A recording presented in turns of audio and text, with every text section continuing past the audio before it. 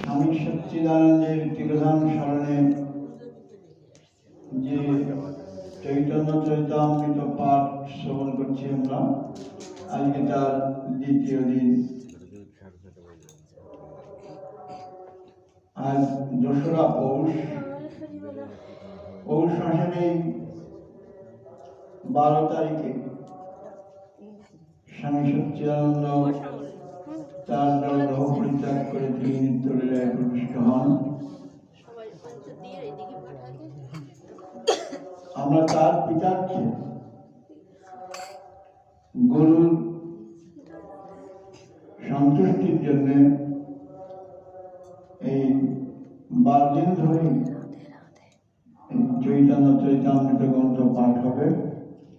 গতদিন আমরা শুনেছিলাম শ্রীমান মহাপ্রভুর বাল্যলীলা। আজকে মধ্যলীলায় 6ষ্ঠ পরিচ্ছদ থেকে শ্রবণ করব সার্বভৌম উদ্ধার লীলা।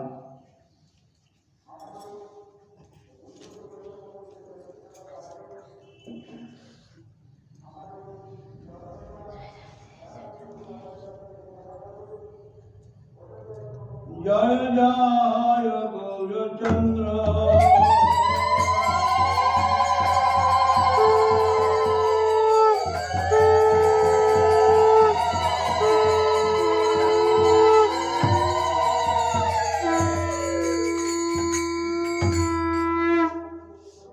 আবেশে চলিলা প্রভু জগন্নাথ মন্দিরে, জগন্নাথ দেখি প্রেমে হইল স্থির।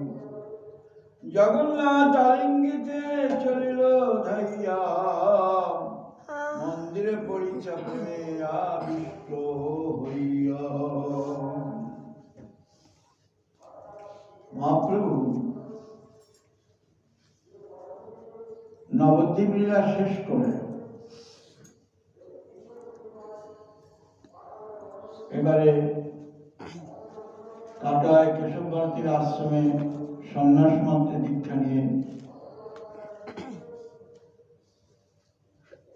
পুরীধামে চলেছেন। এই পুরীধামে যখন তিনি যাচ্ছেন তখন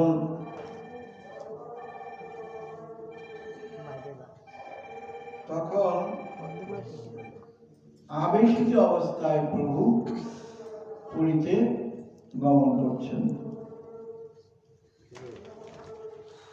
আবেশে চলিলা প্রভু জগন্নাথ মন্দিরে, জগন্নাথ দেখি প্রেমে